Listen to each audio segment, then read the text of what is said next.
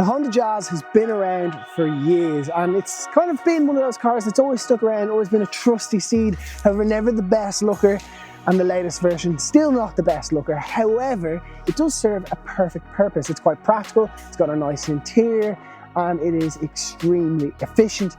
However, it is very expensive for what it is. How expensive? Quite a lot, if I'm being really honest. 31,495 is what they start at. This one here, it's the Advanced Sport, which is quite a high spec, and this comes in at just under 35 grand. And that leads me to specs, because there are 4 of them.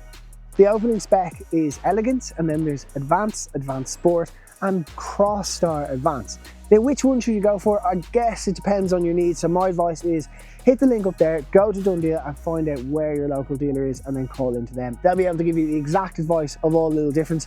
But this Advanced Sport comes really well spec'd out. Lane assist, wireless CarPlay, tinted windows. It's a really nice spec. So in the cockpit, let's talk about the good and the bad, starting with the ladder.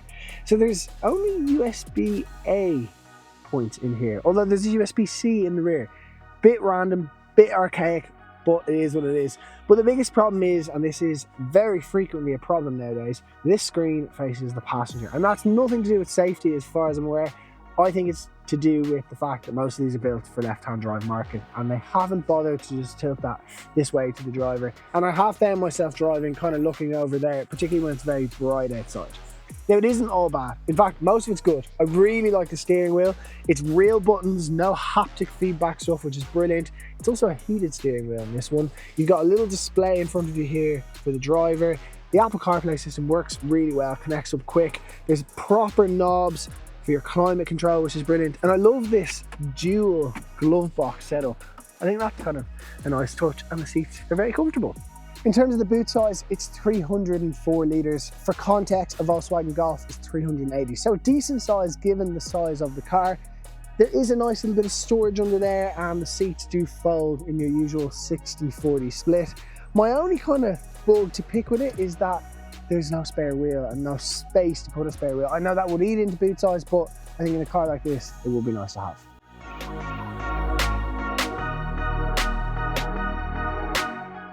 So to drive the Jazz, it's a very good driving experience. Let's start with the engine. They all come with a 1.5 litre petrol hybrid system. There's no plugs, it's self-charging, which basically means you use the power of slowing down and that energy to charge up the battery, but also the engine can charge the battery too. Now, what that means is around town, this is, and I'm going to say it, it is the most efficient car I've ever driven. So today I drove 8 kilometers from where I live into the city centre, and I averaged 1.8 litres per 100 kilometers. That's about 155 miles per gallon, which is absolutely crazy. Now, the other thing I want to point out is if you take this out on the open road, that's going to drop significantly. However, I have read from people who own the cars, they're getting about 65 miles per gallon on average, which is phenomenal. Now, in terms of the driving position, it's all really nice, very adjustable, it's very comfortable. And as a whole, this Advanced Sport version has all the tech that you'd expect in a very expensive car. So lane assist, you've got blind spot monitoring, adaptive cruise control. It is super. However, remember, this is an expensive car, so you would kind of expect a lot of that. Another thing I want to note is that you have B mode and D mode. So D mode is your regular drive. B mode means that when you take your foot off the accelerator, it uses that power of slowing down to charge up the battery, but in return you get a little bit of resistance, which can be adjusted on these paddles.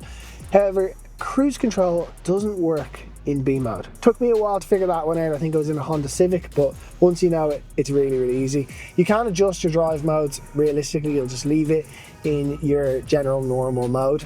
The turning circle is really good. This is a small car, and I suppose parking it is really easy. It fits into very tight spots. Over bumps, it's lovely. But despite being a small car, because of this big open windscreen, you get the sense that you're in something a little bit larger with a little bit more presence. However, it is a small car at the end of the day. In terms of power, it is about 120 horsepower. However, it only weighs 1200 kg, so it is a light car. And actually, you feel like you have plenty of power, particularly at those lower speeds when you are nipping in and out of your local town.